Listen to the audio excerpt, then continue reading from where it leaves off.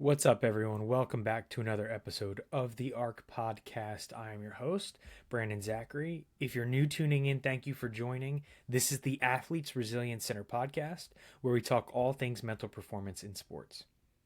We have an awesome episode for you this week. We're joined by Vinny Malts, a former professional hockey player who turned into a mindset performance coach. We go through Vinny's journey that takes him from growing up in Philly and chasing his NHL dream to being drafted into the NHL, grinding through the pro ranks, and eventually stepping into coaching and mindset work after navigating injuries, identity loss, and transition out of sport. In this conversation, we go way beyond surface level mental skills.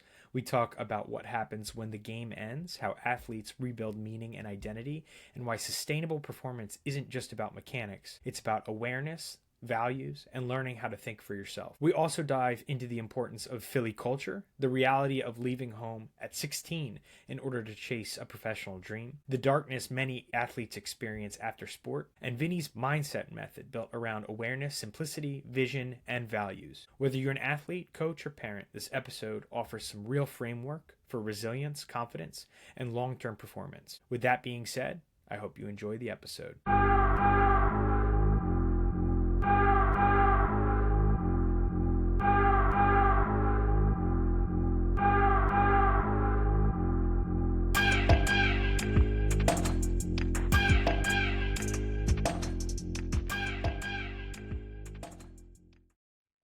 Thank you so much for coming on and having these conversations with us today and coming and sharing your journey. How are we doing today? Yeah, good. I appreciate you guys having me on. I'm excited about this. Yeah, we were pumped up. We had obviously CJ Appenziller come on the podcast. He spoke very highly of you. He connected the two of us, so shout out CJ. And if you haven't listened to that episode, go back and listen to it. But really excited to have you on and kind of talk about your journey. I know it's very unique and the work that you are doing is really cool and, definitely caught Matt and I's eye. So without further ado, I'll start this episode off like I do every episode. I'm going to put the ball back in your court, let you kind of introduce yourself and go over the story of how you got to where you are today. Yeah. So, yeah, it's been quite a journey. It's so funny when you do all the podcasts, right? Of like different flavors of like, all right, you work through what is the story. Right. So it's, I'll try to stick to from a mental performance lens of like working through. But yeah, no, I grew up in Philadelphia, born and raised. It's funny. I always use the old, I was made in Italy, born in Philly. So my parents met in Italy on the way over to the country. So I was made there, then born in Philly. Yeah. Yeah. So yeah, spent my youth there. Grew up, playing all the usual. From a young age, I started off playing. It's AAA now, so it was like a high level. So it was always, around that type of little flyers, junior flyers, all of that. So I played a bunch of years, was obsessed with the game, there was school, but I mean, as soon as I was home from school, it was roller hockey, street hockey, whatever kind of hockey for hours. And then a mix of even other sports too, like growing up in Philadelphia, and I know as you kind of play like freedom and jailbreak. And so you're going through people's backyards. So Right. doing that stuff outside, Yeah. a ton of basketball, a ton of football outside, nothing organized. It was just like, we're just always looking for something to play. But I was always playing roller hockey like for hours upon hours. And so that's kind of how I got the play structure in. And then as I got older, the other things started to come in, right? The colleges started to take notice. What are you going to do? Are you going to go play at that? And then I was fortunate where the obsession led to me going to play juniors. And at that time, growing up in Philadelphia, and even still today, you had to leave if you're really at a certain level. I had a coach that said, "Hey, you know what? This kid can play. He's got to leave the area." Told my dad, and next thing you know, at 16 years old, I'm off and running and leaving home to go play out in Arizona. And so that was pretty cool. So I left home at about 16, left 17, left the area.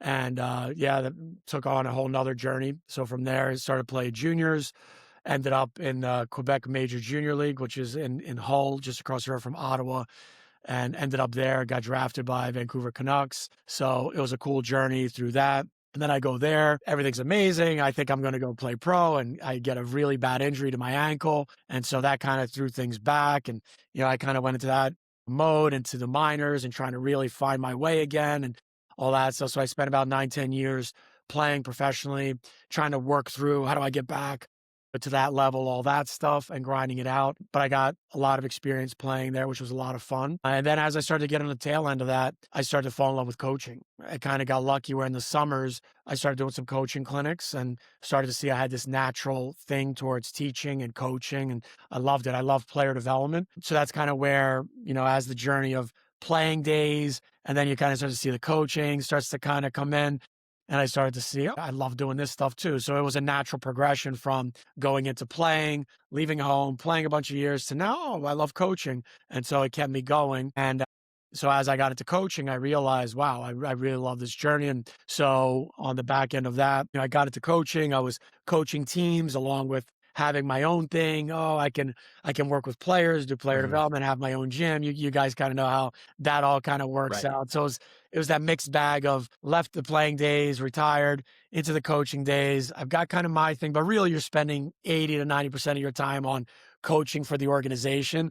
And then you get a little bit of time doing your thing. Yeah. And so I did that. I was coaching and doing that for about solid like 9 years or so of, Mhm. coaching teams. And I was coaching junior teams and U16, U18, U14. It was a mix of all. I was a hockey director where I was even coaching U10 and things of Yeah. that nature. And so it was pretty wild cast where I got to go across and coach all the different levels. And then ultimately what that ended up was where I finally got the opportunity of where I kind of looked at it and said, you know what, I'm going to go do my thing. I was in a situation where I was coaching, and this was on the tail end of where, after putting in the 9, 10 years of being around coaching for so long and doing, for organizations, Yeah. I got the opportunity of where I ultimately landed into what I do now with Mindset Performance, where I went all in on myself. And I just realized, you know what? I've built out some of these teams, I've recruited them. You know what? All these years, you're kind of one foot in, one foot out with your thing, and you're coaching Right. organizations and you're doing your thing.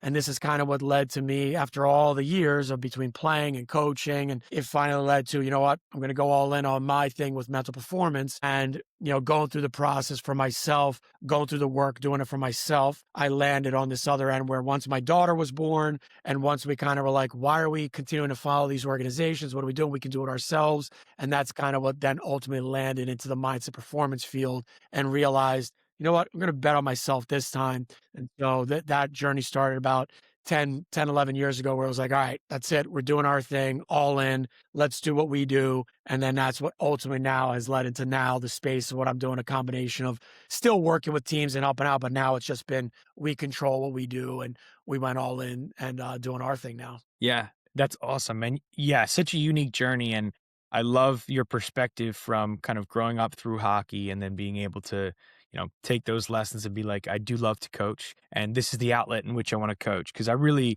connect with that aspect where it's like you can be a physical coach of the physical tools for all you want. But there is something, especially I feel the same way. You feel like a gravitational pull towards the mental side of the game and coaching in that front too. And I really love kind of your perspective on that. But I'd love to jump back to the very beginning when we're talking about where you're from, right? Because I think that connects the three of us kind of we're from South Jersey, you're from the Philly area. So obviously, same regionally. Now, I always like to ask guests who are from our area, do you think that being from the Philadelphia area gives you a little bit of a competitive edge or kind of a gritty nature? Because I feel like, we've interviewed guys from so many different places. And it's really cool to hear the different perspectives of like regionally what being from somewhere means to someone. So I'd love to hear for you in regards to your athletic career and then now going into the mindset space. What does it mean being from Philly and, having that experience growing up? Yeah, 100%. Awesome question. Yeah, like, initially, right, being from Philly, what I love about the culture, like I tell people all the time, no matter where I am today, right? It's like there's just no BS. There's no Yeah, nonsense. right. It's like, you're gonna just you're being a punk, you're gonna get punched in the face. Yeah. Like it's such a great town in that way where you're not gonna be able to fake your way through it. People don't give a crap. They're not gonna deal with it. And I love that energy. So from a competitive lens, yeah, it's a big advantage because as a kid, you grow up, there's a duality to it, right? There's the one side of it of where you're going to get punched in the mouth, so you got to figure it out. So there's a resiliency, right, that gets built up of you just getting tough and realize like, all right, I'm going to have to deal with it. If I go out there and I act that way, you know what? I'm going to get punched. That's it, right? Like that's the way it goes. Whereas if I go out there and act that way, but I'm doing it out of principle. because I feel like, you know what? I feel like there's something passion, and I feel like I don't want to say right, but I kind of think that's the ego of like when you're younger and competitive is you feel Yeah. like you're right. Like it's like, Right. and I think that's a big part of what Philly is like there's a standard in place, right? As much as you say city of brotherly love, which I love, it's so true of there's this thing of where the no BS part is what actually leads to wisdom in standards and principles, where the people around here are very cultured and principled. Like it's a matter of no, it's because this is the standard that we live by. Do we do it in the most healthy way? No, not all the time. And anyone who knows that from the area of throwing snowballs at Santa and all the craziness of what we do, I get it. We're super passionate, but with that comes that duality of, yeah, you know what? There's no nonsense in the way when you grow up in this area, it's a very much you're going to get held to that standard. If you're phony and you're coming at, people are going to let you know. They're going to let you know real quick, right? And that's something that what I love and from growing up in the city and being around that was at times, yeah, it was dangerous. You're going to get jumped. You're going to get your ass kicked. Like it happened. But what it built up in now being able to deal with reality of the world, it's cool to know I got through it. I was able to do it. But now you can see the Fergazis real fast in Yeah. reality. Like Right. anyone I deal with now, a phony. Yeah. And Yeah. I love that as I've gotten older, the big thing now, if you want to work in the pro realm, is that if you're a phony, it's instantly known. So you can't even make it through as a phony. Whereas in the youth world, you can still make it through as a phony Right. because there's a recycling effect. Yeah. People don't really know you. You grow up, you leave each age group. So it's hard to really know who the phonies are because people are still, oh my God, yeah, I don't want to get blackballed and all these things of I better keep nice to this person. But anyone who knows the person is like, oh my God, that person says, whereas at the pro realm, it's not happening. There's enough people, Yeah. the Yeah. degrees of separation, right? It's like there's enough people to know, like, nah, like you're only going to go so far before it becomes like, mm-mm. So I think that part is what I love about that growing up in an area like that and how, from a life perspective, it taught you. You got to be real. You got to be you. You got to be you, right? And then ultimately, as I've gotten in the mental space and I got older, I just realized the importance of that, of how you truly do have to be yourself. Because now the space that I love to play in is with those world-class professional type of players. It's like, if you're not that person, you're right away going to get found out. So at the core of it is definitely the Philly roots of Yeah. just always battling with that, because even the other side of it of where, because you're a heart in your sleeve kind of person, there's a lot of people don't like that. And Yeah. you're dealing with Right. that of where the politics and the stuff as you're coming up, where you're feeling that because you have the players that you play with that love that, but then the players that you play with that hate that. And so it's that balancing act. So that's what I love about growing up in the area is that it taught you that, it ingrained it in me. It created so many challenges that I had to go through mentally and deal with of the nuances of how to balance it out. But in the end, it was awesome because there's no place like home, man. There's no Yeah. place like home. Philly's the best. I Yeah. don't care what of course I'm biased, of course. Yeah. But there's nothing like our culture in this area of like from a mental performance lens. I just think you get the best of all worlds where if you really figure out how to be tough along with articulate clearly, because that's what it gives you. It gives you the opportunity to be hard nosed. But then from a mental performance end, it challenges you on, you got to be clear on what you mean. So that's what I love about it is that battle inside of growing up in an area that, man, there wasn't a lot of talking. It was just like, let's go. Yeah.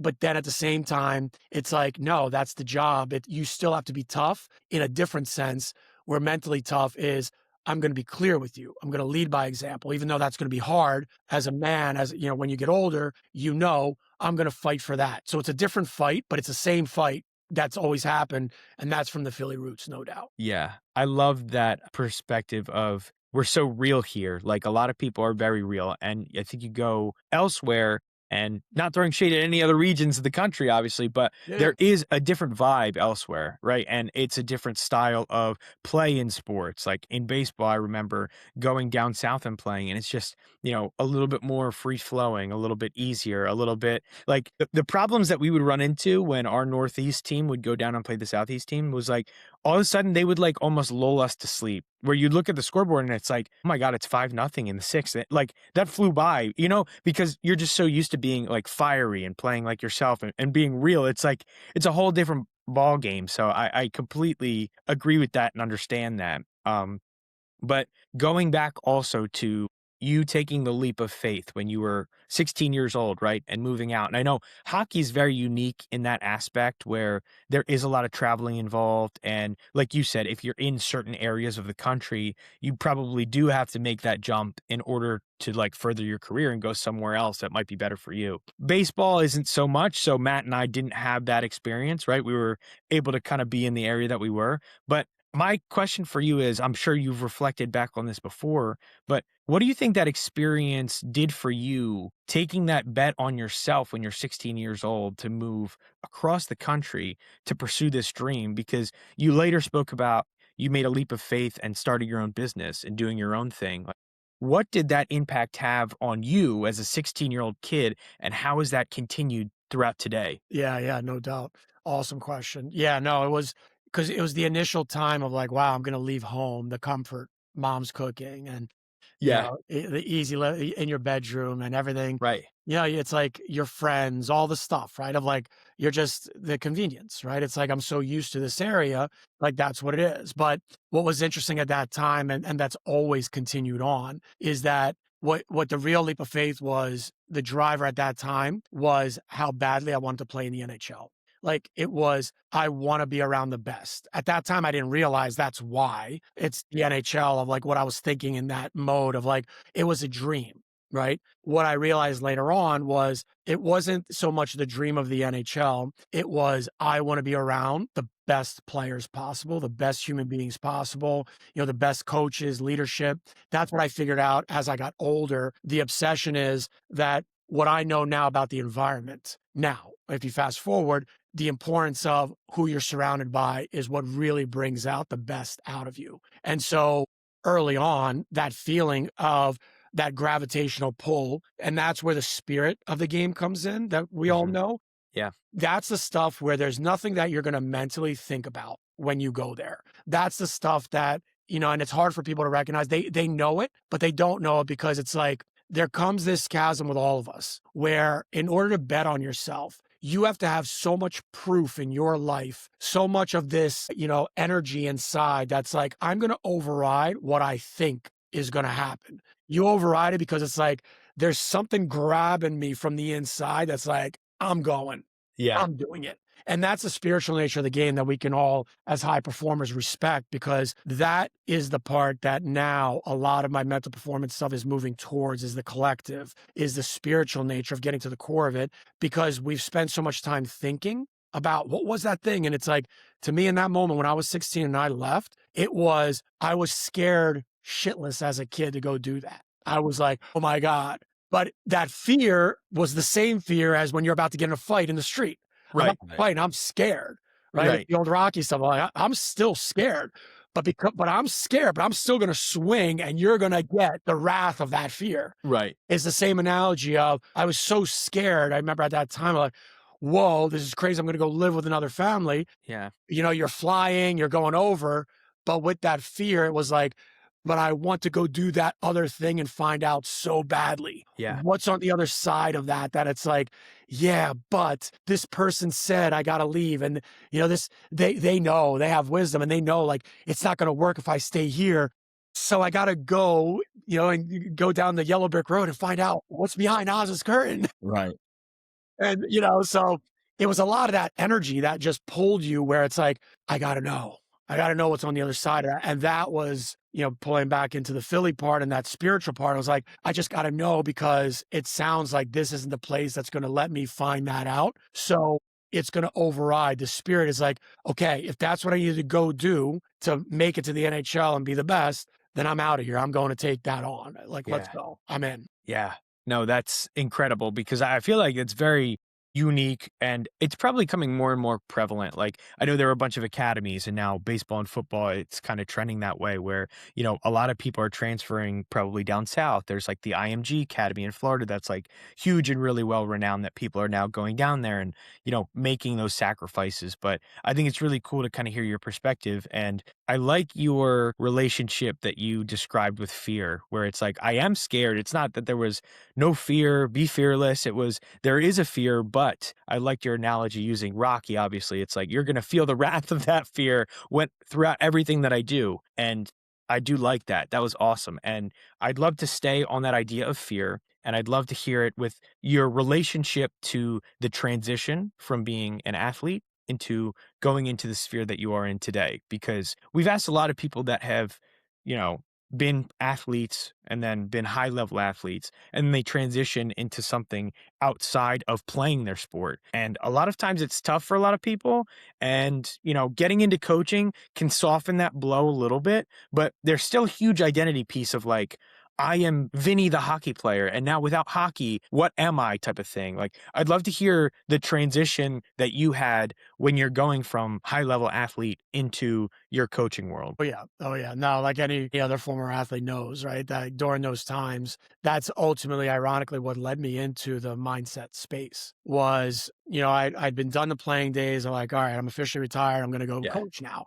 Yep. First couple years, we're like, all right, this is awesome coaching. It feels like, right, it's the next best thing to playing. It's like, okay, I'm still playing, quote unquote, but I'm Right. coaching. So I'm still in it. I'm still a part of it. And what I found though, after the first couple years, when the playoffs would come around, so it was 2, 3 years in, playoffs would come around and I'd get into this deep, dark depression. So March, April, May, like hockey playoffs, Stanley Cup, all that stuff. Yeah. And that was all the playoffs. So normally that's the time of year. And that's when it started to become like, all right, even though I'm coaching and even though our teams would go into playoffs, it's different, right? At the time I was coaching youth. So it's like you go Yeah. to nationals and all that stuff, but it's a weekend, it's a tournament. It's not like the playoffs where it's like months, where it's like, all right, pro playoffs is, all right, we're really going for it and this is going to be a battle. So the extension of that, as I was watching, I would get into this deep, dark place, like depression, suicidal thoughts, all this stuff of just like, like, man, this thing's like, what is this?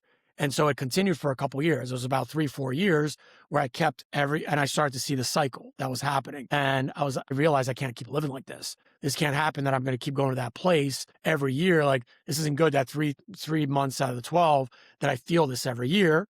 And it's getting darker and darker. Like, okay, I gotta deal with this, whatever this is. And so that's ironically what happened was a friend of mine at the time ended up he was in the space. He was International Youth Conditioning Association CEO, Brian Grasso, like total beauty. Like he was going into all this stuff. And I see he's transitioning and he's leaving it and he's going to do this mindset stuff. He's going to get into mindset performance and all that. And so that's when he started. I'm like, yo, what are you doing? Like, what are you up to?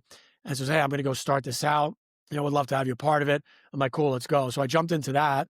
And that's where I initially did the work. So it was about a year and a half of just deep diving, doing the work, really understanding, becoming aware of my perspective, Yeah. how I'm seeing things. What do I really want? Is my behavior aligning with what I'm saying? What do I really need to do to get what I want from this life? So that's where that transition started to become where I was really asking deep things, but I was really understanding myself first, right? I Yeah. did the work on myself to understand and go deep and really fundamentally understand, all right, what am I dealing with? What are all these things that are bothering me about what happened? I didn't, the playing, the injury, Hmm. all this stuff. It was like really understanding, all right, then what do I want now that I have to transition out of this? Yeah. And so, that was the big part of going through that journey of discovering myself, who I am now, not who I was. Right. That was a big transition of, all right, life is life. I've changed. This is who I've become now.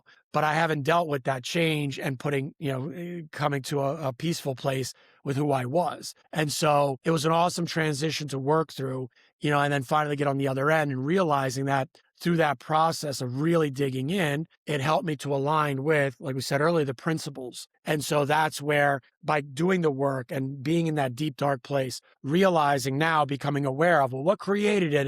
And, where did I mess up along the way? And where do I take responsibility? That I was like, all right, at that time, I got injured, but there were certain things I didn't say, and there's certain things I didn't deal with. And okay, but that was me. Like, or there was other people that didn't know any better. The system didn't know any better at the time. So they helped the best way that they could.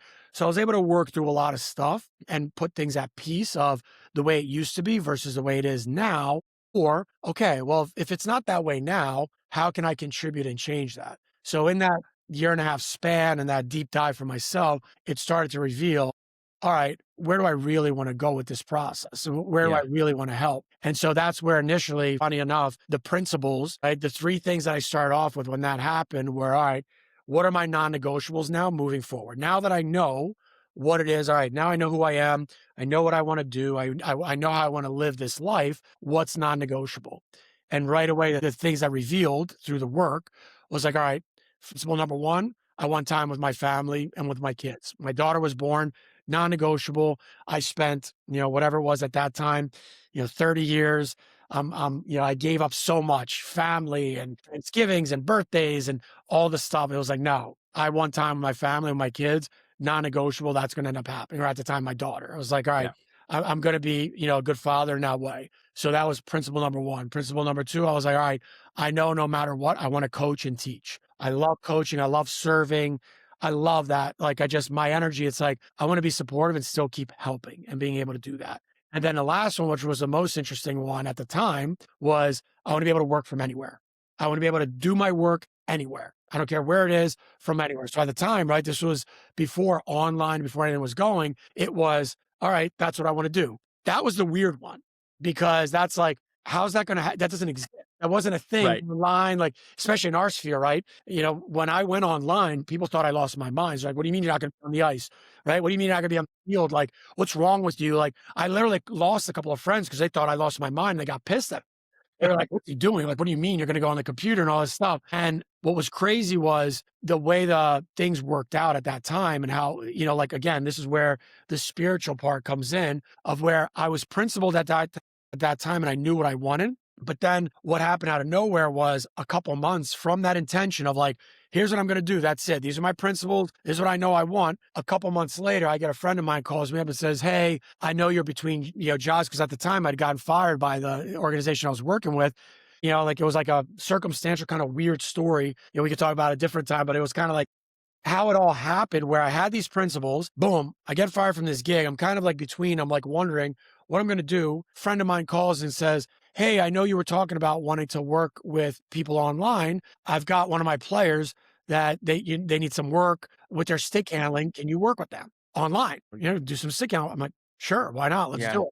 So that one person is how, once I started working with them online and doing it, is how it was born of like, maybe I could do this with other players online. Yeah. So from there, I created a group program over the summer where I had 12 players come on board. And, I was fortunate where it was 80% of them were all like high level Division I committed already at 14. Yeah. These are all high level players that came on and did this program over the summer. So I got that group going. And then when that was done, 10 of them ended up saying, hey, 10 of them were like, let's go. Hey, can you do one-on-one with us moving forward? And so literally I was like, all right, cool. We're going to do one-on-one. And then that's how everything was born. So I went from all the stuff of coaching to now I'm online coaching. And it was just circumstantial where because I had these principles and then one step led to another of this, one of my buddies calls up, hey, do you want to go work with these players? And then bam, it goes into that. And it was like, wow, like no idea how it was going to happen. No idea. And somehow the universe just kind of worked out and was like, here you go, man, laying it out. And boom, my company Bloodline Hockey at the time was born. And here we go. I'm doing mindset performance work online. Yeah. It was all just kind of like, wow, like how did this happen? That's It's awesome. so awesome. That's like, it's a happy coincidence. Like one thing led into the next, man. That's awesome. And kind of, Right. that's awesome. I want to use that to kind of transition to this next question a little bit. So, what is the mindset method, right? And was that kind of like the birth child of where it is at today? Yeah, 100%. So, the principles, right? The thing that I'm always thinking of is in recipes, right? Because like any coach, right, we think, 1, 2, 2, like we're always connecting of how do we consolidate things to sound really easy, acronyms, Right. all this stuff, right? Yeah. So coaches naturally, any good coach anyway, thinks like a chef, like you're thinking in systems and ingredients and sandwiches and recipes, right? And so the mindset method came from all the playing days, the coaching days of just realizing fundamentally, all right, here's the core elements that are most natural for me that I've observed over the years that now if I had to articulate in its simplest form, here's the things that you want to pay attention to that are the non-negotiable ingredients that if we're talking about mental performance and mindset, this is where you should be thinking about the ingredients that synergize together. And that's kind of how it came together, right? So when I started to think about becoming self-aware, fundamentally that concept was, all right, what do you know to be true? Not what you think as an athlete, what do you already know is your truth? So we have to fight for that as an athlete, where it's like, become aware of what you know is your belief, right? So we always tell players, your thought process will never be faster than your belief system. So first we have to get to, what do you believe? What do you know is true about you? Then you start breaking it apart, where, so that's just one ingredient in the sandwich, right? In the recipe. Yeah. So that's an ingredient that's important. Okay, well, what do I know is true? Cool. So now that I know what's true, well, now identify what are the strengths and the challenges of that. So for you, you have to understand, then we call that the duality, right? The duality of life, the duality of hockey, baseball, take your pick. We all know there's a dual energy. There's what you know that you are good at and you're strong at, but equally you have to know, well, what are you weak at, or what are you challenged by inside the ecosystem? And so what I found was, in talking to a lot of players as the recipe got developed, was the irony was a lot of players were very confident in expressing what they were weak at and what they weren't great at, but they weren't very confident in expressing what they were good at. Yeah. And that dissonance really messed with me, of like, wait, what? And it was like, that doesn't make sense, because the very nature of an athlete is confidence. So that's where that started to come in, was like, wait, there's got to be a balancing act. So that's what we always talk about, the me versus the we. In identifying strengths and challenges, you have to know there's your version and then there's the team's version, right? And so that's what we're always battling for, is there's my version of this, but then there's our version of this. So same thing. I know I'm good at this, but I also have to know what I'm not great at. Right. And so you just have to always balance those two out, because you can't just say it's about me and not about the team, right? You can't just say, I'm not good at that, but not realize, but you're really good at that. Yeah. So that's the stuff that we start to battle through. And so that's the balancing act of your mindset. And then simplifying it, right, is getting to the core elements of simplify my game and being able to go and realize, all right, what's the most important thing right now that you need to work on consistently? And that's what we know as a professional, as a high-performing human being. Consistency is the hardest thing for most people today, and it's not because they can't do the consistent thing. It's because shiny object syndrome kicks in. Ooh, I can do that now? That was really cool. Right. That new gadget came out. That new thing came out, right? The whole thing of like the novelty. New. And it's like, why are you doing new? If you've been doing that strength and conditioning program that's been really good for the last 2 years, do it again. Yes. You have nothing else to worry about this summer in that regard. Yeah. Just do the same program, because you just had an unbelievable season of baseball. Keep going and doing that, man. Like, stick to that. But then add other stuff. But this is where, right, the simplicity plus consistency equals sustainability and simplify my game came from, was like, what do you know now? Hey, that really works. That's really powerful. I'm going to keep doing that because it's working. Like, why am I going to get away from that? And that ingredient, boom, now simplifies and helps you gain clarity. And then Create My Vision was built on storytelling. So we always talk about, right, storytelling is to mindset performance as what small area games is to sports performance or hockey performance or team performance. We do those small areas. Why, right?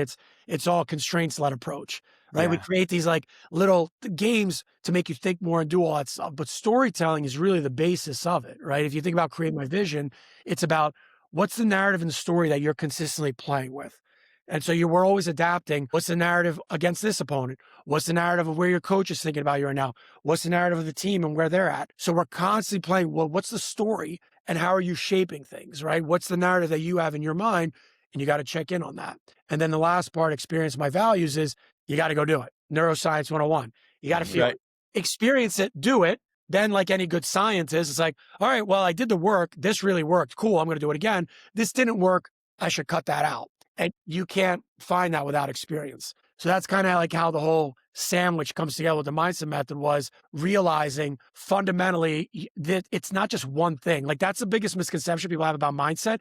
Okay, if I just put my mind into one thing, and it's like, no, it's a synergy of multiple things coming together, and each one needs its own quality. I get why this part of my mind, that's important, but now these 5 things, these 5 ingredients, you bring them together, it's like, ooh, that's a tasty sandwich. Ooh, yeah. I know now how to really play my game, because I've really dove into understanding my unique ingredients on how my mind operates in each one of these different layers of the sandwich. Oh, I love that. First of all, I love to eat. So the recipes and the sandwiches, like, fire me up, man. Exactly. Bacon bread, it's the best. Well, I'm gonna use that analogy now. So there's some people that are chefs, right? You're a Michelin chef right now. You got some stars on you, right?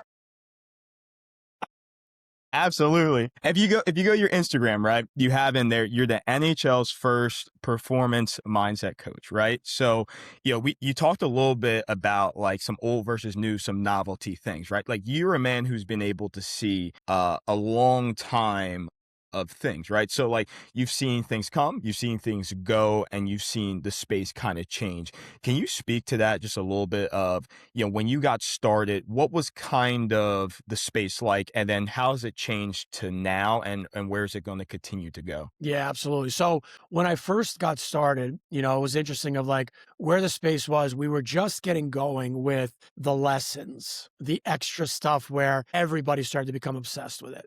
Right. Where social media had just started to become a thing where people now are posting up, I got committed, I did all these things. The rankings were getting going now, youth rankings. Now we've got to keep this. So it was kind of like that culmination of you were between where people were starting to figure out, oh, I could do extra stuff to get better. And the culture was, ooh, let's make it more competitive by giving more practices, giving more things for everybody to do so they feel like they're really high end. And now everybody's going to get what the best players get. We're going to get lots of games, lots of practice, lots of training, lots and lots of more stuff. Right. And so that's what was just happening, where it was that culmination. And I think that's where, as I was coming to the space from a mental performance standpoint, was I'm watching this happening of more.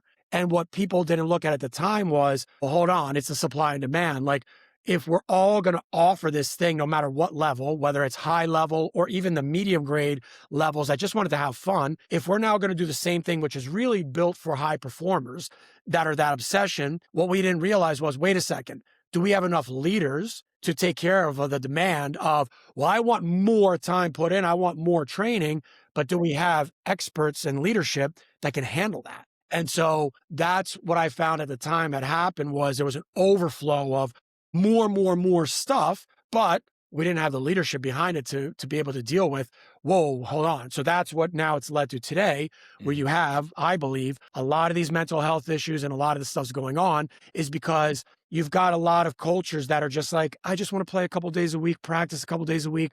I don't want to do all the training, all the stuff. So it's an overload on the system that I have to do all the training, I have to do all the stuff, but it's like, but I don't really want to. I just want to play baseball. I just want to play hockey. Right. I just want to have fun. No. You have to do 80 hours of training a week. You got to do what the top players are all doing. Right. So that's what's changed is in the system, we didn't look at that and go, whoa, wait a second. Everybody kind of needs their thing. We just went right to the top and gave it across the board to everybody. So that's what I see where things are going now is, a big thing that I see now is we've developed, and you guys have probably seen the same thing. We've developed a bunch of Porsches and Chanel bags or whatever it is, right? Of like, they all look so good. They look, wow, you look really good. But under the hood, when you start to go, now you got to work yourself to the top levels and play amongst the best. Oh my God, I don't understand the coach. I'm getting screwed. I'm getting all this. And it's like, no, you just don't have that spiritual thing that those players have. Right. And nobody told you that along the way, that that's just the way they're built. So you were led to believe that if you just trained and developed your body into this thing and a beautiful design, look how cool I look.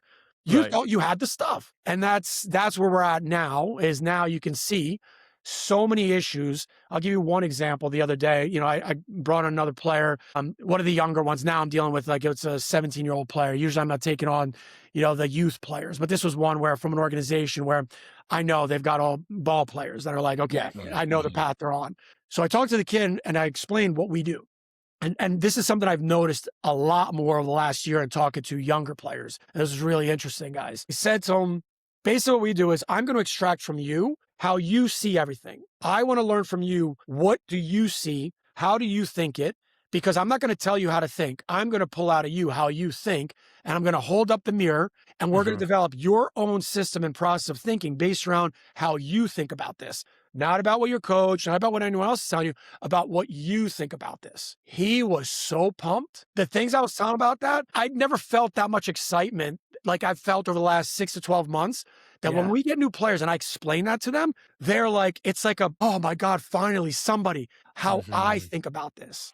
And so that's what I think we're running into now is the new player coming up, or the one that's gone through the system of what it's been, of we're telling you all how to think. Now, as they're coming up now, they're like thirsty for, I've sat here and everyone's been telling me what to do to break through. We have agents coaching players up on what to say in interviews. We have coaches telling you, here's exactly what you need to do if you want to play. They've been filled with so much rich information of somebody else's model that when they hear somebody telling them, I can think for myself, it's like the greatest thing since sliced bread to them of like, no way, you're going to teach me how to think for myself.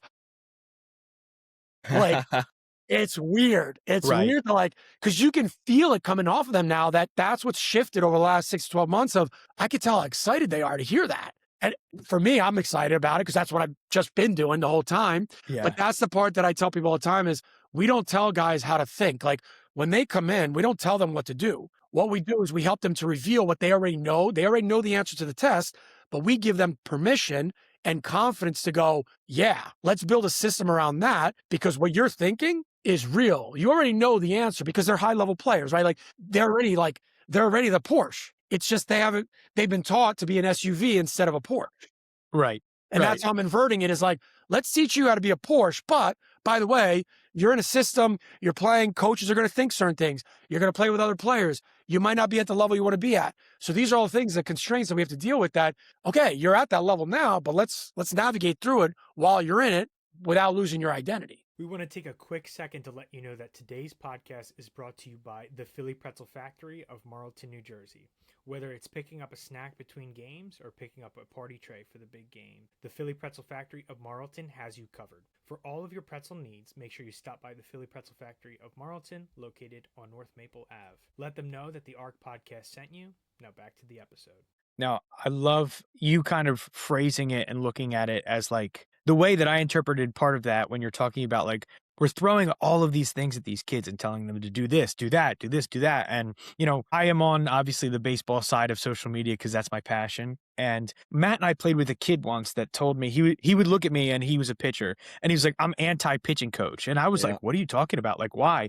And he's like, well, his philosophy, which I think is like years ahead of what now I believe, I agree with him to a certain extent. He was like, well, if you put any of those kids that have been to every pitching coach under the sun that have told them to do X, Y, and Z, when they get on the mound in the game, when they're trying to make an adjustment, they can't because they don't know what to do. They've been told all of these things. There's no spirit or conviction behind what they're doing because they don't know why. It's just like, oh, I was told to do that. It'll fix X, Y, and Z. And I remember thinking about that. And he was like, I'm going to figure out how my body works and I'm going to do it that way.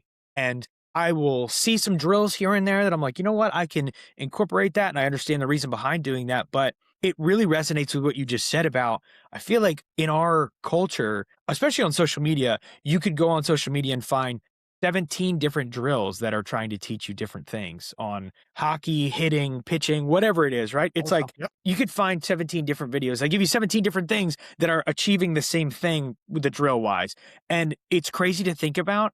I would love you to dive into because you've mentioned it a couple times, and I think it's unique to you and your values and your mission, is the spiritual side. I think it's not talked about a lot in the mental performance space, like out loud and on social media, right? Because I do think that is a big piece of it. And I think maybe some people hear spiritual and they're like, what does that mean? Like, how is it spiritual? But I completely agree with the things that you were saying, like about the spirit of a player, spiritually, like what they're feeling, what they're doing. I'd love you to dive into like the spiritual side of what you do and why that's important. Yeah, exactly. And the way, I love the question, the way I frame it, a buddy of mine put it, beautifully of like, where he talked about it was like, all right, the problem with so much of what we do now is the science is the data part, right?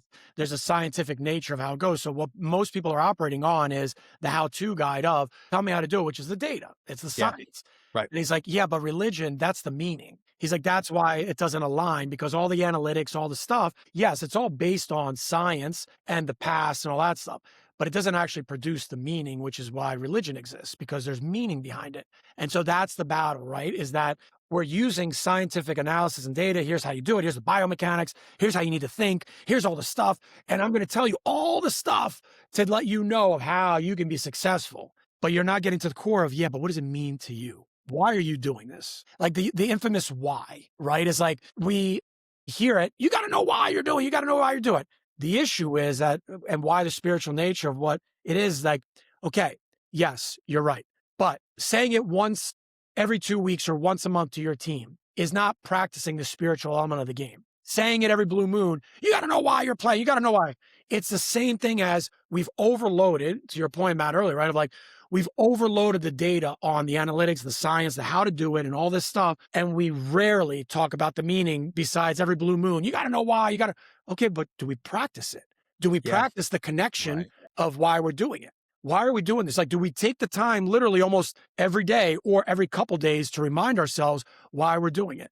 Because that's where the resilience ultimately comes from. It doesn't come from the numbers and like telling you, okay, how to do it doesn't create that, you know what? I'm uncertain about what's going to happen. I don't know where this is going to go. I don't know what's going to go down, but you know what? I'm going to love every minute of it because I know who it's helping me become. Mm. And that's the fine line that we're all walking is I'm doing this because of who I'm becoming, right? Like I almost walked away when I was walking through, I almost walked away from hockey and of like, as I was in that transition, what do I want to do? So I almost literally got into selling insurance on like yachts. Like I had a guy like as I was coaching, I was like between, am I going to do bloodline? Am I going to go all in or am I going to go do this? Because I was like, do I really want to go down this road? Because I felt what was happening. The dissonance, the friction at that time was like, do I want to keep going down this road? I'm so sick of this crap. I've been at this for 3 decades, whatever it's been, right? I'm like, do I really want to keep doing this? But then there was this other side of me that's like, yeah, but you know what? This is what you can do for players now that you didn't have when you were like, you needed this version of somebody. There are players out there that want this. They want it articulated in a way that is helping them naturally design who they are. Cause that's literally who I needed. Right. Like I always laugh about, and I've told stories about my dad of, my dad was the original crazy parent. You sucked, you didn't do this. It's like first generation Ukrainian, right? So it's like, you suck. Getting your ass kicked in the car because you didn't play good. It was all the old school stuff, right? It's what back then. But what I realized through that process was like, it wasn't coming from a bad place. It was like, he wanted me to like do good. Right. Yeah. But the problem was I wasn't that kid. I didn't need that tough love. What quote unquote was, I didn't need just tough. I needed love too. And I wasn't getting love. I just got a lot of tough, but I always talk about it. It's like the two different worlds, right? There's 2 words in there, tough, love. Right. What the old school was great while I was tough, but there was no love. Stop saying love. There was no love in there. It was all tough. Right. And so, we know, we all know, but that's what I realized was the love part. And the love is, it's like the clearest kind. Clarity, right, of really being clear on your process, knowing the truth. That's the stuff, that's to me what the analogy of what love is today. As a coach, I'm going to make sure that I'm super clear with you on the expectations, what's expected of you, and make sure you're clear on what you're naturally designed to do spiritually, because I don't want to change too much of you. You're already a high performer, like you're committed. But what I want to extract from you is to show you and reveal that to you, your nature of who you are. And by the way, I'm also going to hold you highly accountable to that. I'm going to show you the love and be like, you said this is your nature, this is who you are, but I'm going to be really hard on you to make sure that, hey, are you living that standard that you said you wanted and that you believe you are? And that's what so much the spiritual aspect is it's not anymore. They don't need more data. They don't need we all have access so we can see it. What they need more of is the human connection of help me understand why this is good for me in the future. Help me believe that you really think I can do this. Yeah. No, I love that. I think that was beautifully said about just kind of understanding. I like your version of like understanding your process and making sure everything that you're doing is up to the standards that you set for yourself. Not that someone else set for you, but goes back to the why of why you're doing things. And I think this also led me into this next aspect because I like to now reflect on kind of my experiences. And now I have a son. I told you that over the phone. I have a recent son and, I definitely will coach him. I think growing up, like that's a goal of mine. You always battle with this thing of like, I do want to coach him, but I also don't want to be the coach that would ever like try to live through my son or push him too hard or not push him hard enough. Right. And obviously you're a father. You mentioned it. You have 2 children. Now, how do you take what you do with NHL athletes at the highest level and utilize that with your kids who are obviously at much different levels and probably have much different interests, much different passions. Their spirits are different. Like everyone's so unique. How do you take what you do at the highest level and ultimately help with your kids and coaching and being a father and Yeah. everything that encompasses that? Yeah. Awesome question. So it's, I'm always battling between both worlds, right? So there's always a friction in my mind of, because there's the one part of me that knows all the child development, the science of the autonomy aspect. All right. So how do I create that autonomy in them? Right. So it's, letting them choose how to create certain plays. They get to choose, well, what intensity do you want to work on it at? Right. How do you see it? Right. So there's a lot of that inside of the coaching where I'm constantly making sure, like asking the players, what did you see? So simple stuff. Period ends. The players come in. I'm not of the right now of like where they are at 8 years old with my son's hockey team. It's, hey, how did you guys see it? What do you guys see? What's going on? So I'm trying to instill those parts. Or language wise, I'm very deliberate on create. I'm using one word cues just to be like, create, right? Or it's like stick, which is like defend, which is like force the play.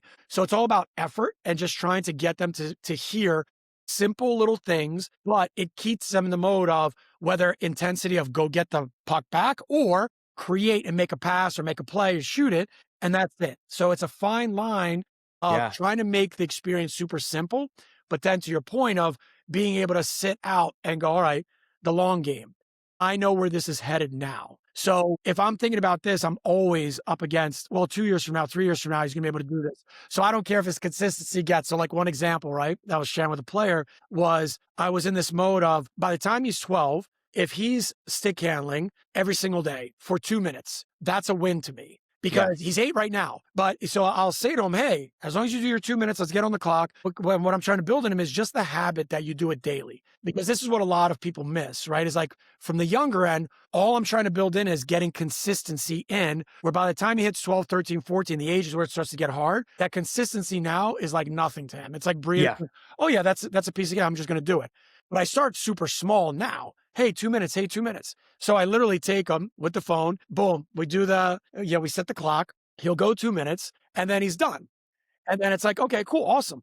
And he's stopped and started many a times now.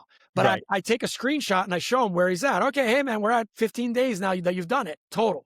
But it's been out of the last 45 days. So all I'm doing is having a good conversation with him.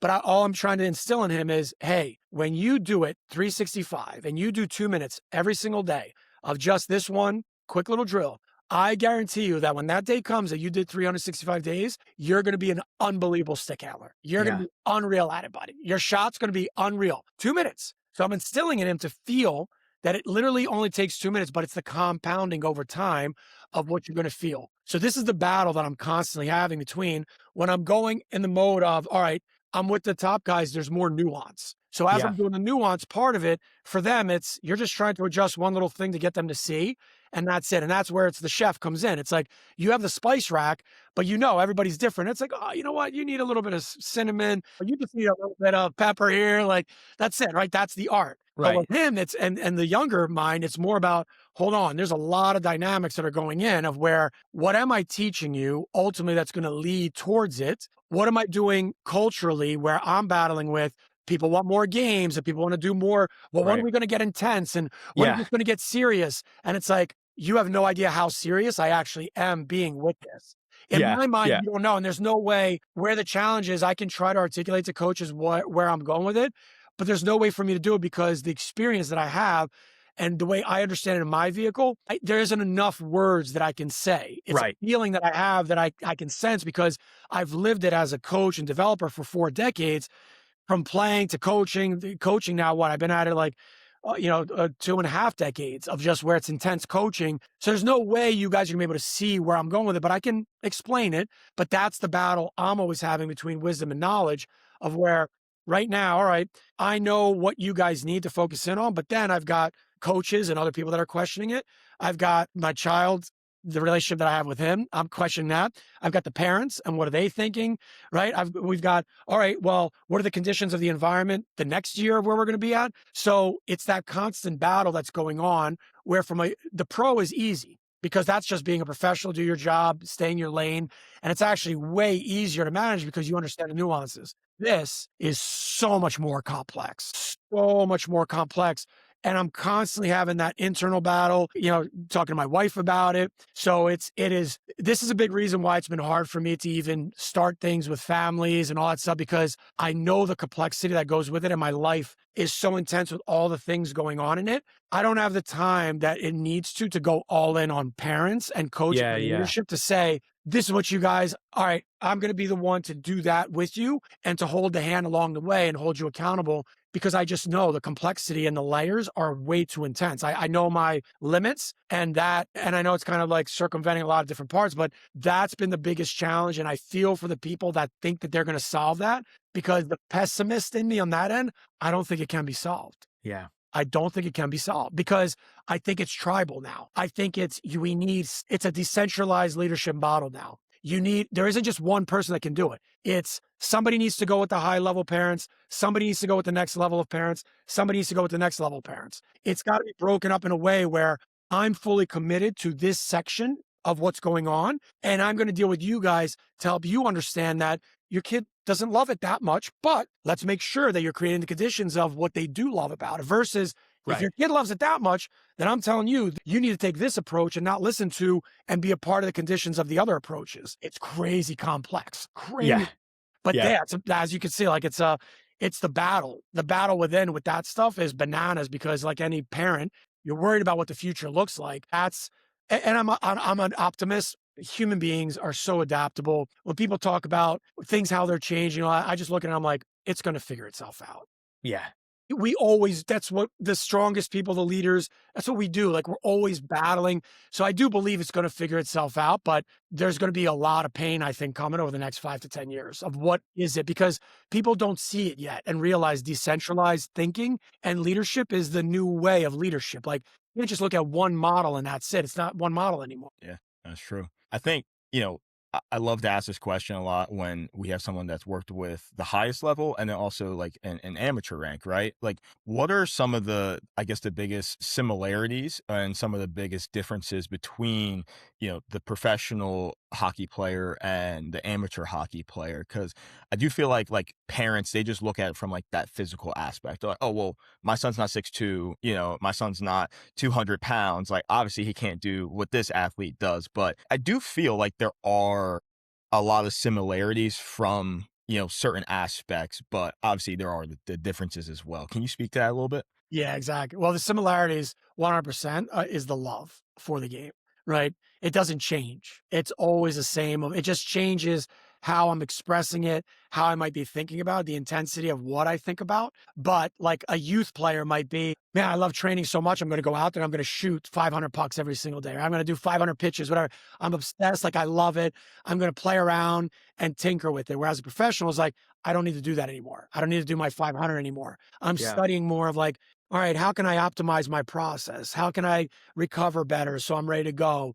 Things of that nature. But the obsession, the love for the sport and the art of it, that's the same. That's similar. That doesn't change, right? The wanting to grind it out. And even when you're tired, you still want to go do it. Like, there's no such thing as when you woke up, I don't feel like going today. That doesn't matter no matter what. You're going to go. Like, so when you're younger, you might feel tired, but you're not even thinking about it. It's like my son the other day, right? I woke him up and, we're getting up for a freaking 5 a.m. Like, it's getting up at 5 a.m. to go to a game, which is nuts. Yeah. That's about an hour and a half away. And as he wakes up and he's just like kind of sitting there. I was like, hey man, I love your blanket, man. Like, you ready to go, buddy? Like, let's go. He's like, yeah, it's awesome, right? He's like, hey, you got the playlist? I'm like, yeah, I got it. All right, let's go. Right. So it's like, it's like, no matter how tired you're feeling, it's like, let's go play. Right. Same thing with the pro player. It's like, I'm gassed, I'm tired, but I know I got to show up and I got to play. So that is always there. Like, it's not I don't want to play anymore. Like, yeah, there's times, of course, everybody was like, I'm done playing. But the similarities of those are some of the things that you see that is consistent across the board, right? Where the differences come in for sure is how much do I want to change and adapt my role and become a professional? So when I was younger, I got to play, I got to score, I got to do all these things. I loved playing that way. Now, as a professional, you're telling me I've got to be kind of like a supplemental player. I got to be a role player.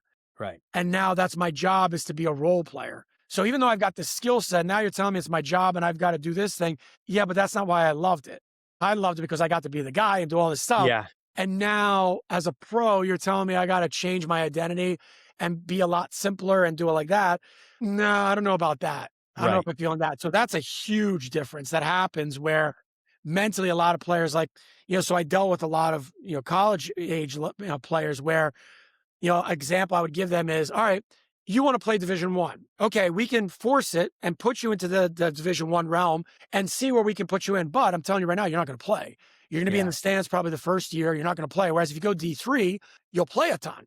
And I know how you are. Like if you go do the Division One thing, you're not playing versus you do the D3 thing, you play, you're going to have a much better experience. And so that is what's shifted is the ability of the difference of do you realize and recognize, okay, I want to be the thing, but really you don't want to be the thing. Yeah. You don't, I know you're saying you want that D1 and I know you're saying you want to be pro. You have no idea what you're about to walk into and the pain that you're going to walk into, to your point earlier, Brandon, of your identity is going to have to change. Like literally you're going to have to change who you thought you were going to be. Right. And you're not that person anymore. You'll still get to play. You'll still be you'll get to play. Right. But your perspective has a shift of, but do you want to keep playing around the best? Do you want to keep winning and trying to solve for that around the best? Because it might not be the identity that you took, but you still get to be around the best and you still get to explore and do the thing. And it's better than a desk job. But that's the differences of a pro player is you consistently are ready to deal with that pain of letting go of who you once were. Because now it's who you want to be now is a part of that thing that just exists. That's like, I want to be a part of. But that dissonance for the players when they come up, they think it still has to be the same thing and they don't understand why it changed. And it's like, nothing changed. It's just the game. It's the way it goes at that level. I point out to young players all the time. The best players, they are not calling people. They're being chased. That's the number one tell sign. Are you getting calls? Are you being chased? If you're being chased, you're that guy. If you're not, and you're the one who's chasing, you're not that guy. It's really that simple. It's as simple as that. It sucks to hear it, but that is the truth. That's the truth.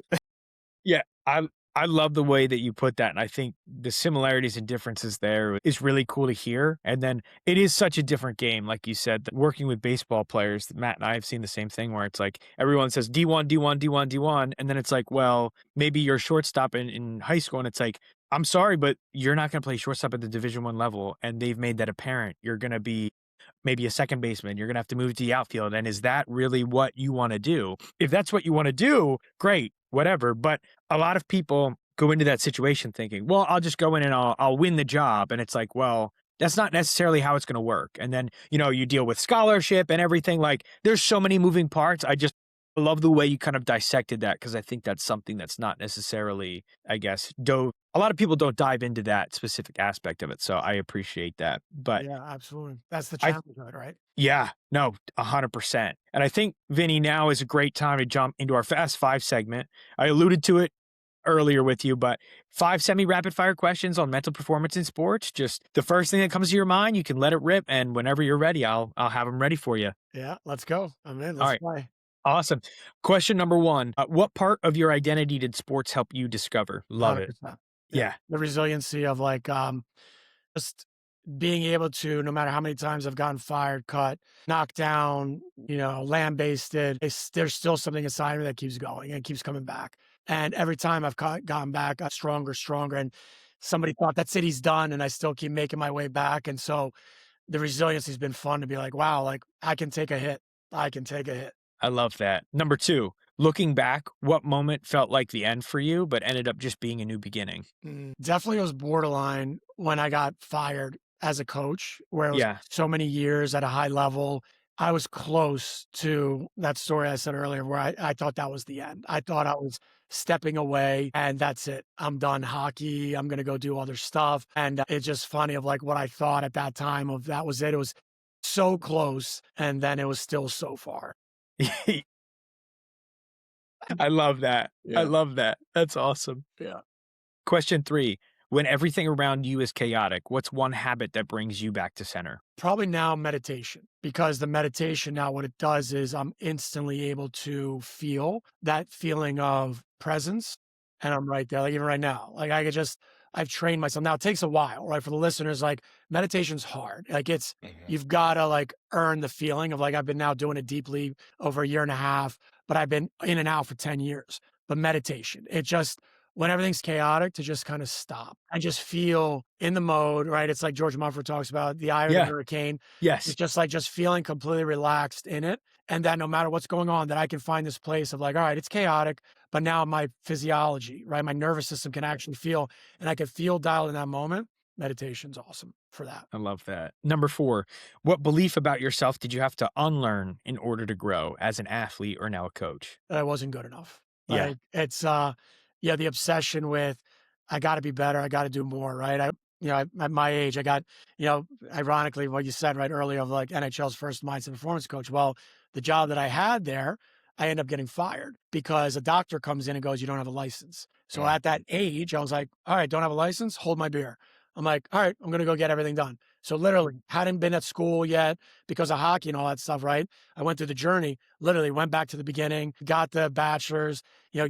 going through the master's now to get the license. Like it was like, okay, boom, I'm right after it. So Yeah. I yeah, love that. yeah. That's awesome. That's awesome. And then last question, number 5. What does success feel like to you now? And how has that changed since you were playing hockey? Yeah, the success now is feeling like the balance of the day to day and making sure that, I just feel sustainable energy. That's success to me now is like, do I feel I'm in the mode that I can handle all the things that we have going on? And then I wake up day to day and I feel like, all right, I'm good. I can handle this right now in a balanced way. Like, am I making sure that I'm showing up as a father, as a husband for my wife, taking care of what the players need, right? What they need, what the team might need, what other people around me that expect out of me. And at the same time, I'm still taking care of myself and that I'm making sure that I'm not doing it to such a way where I'm hurting myself, right?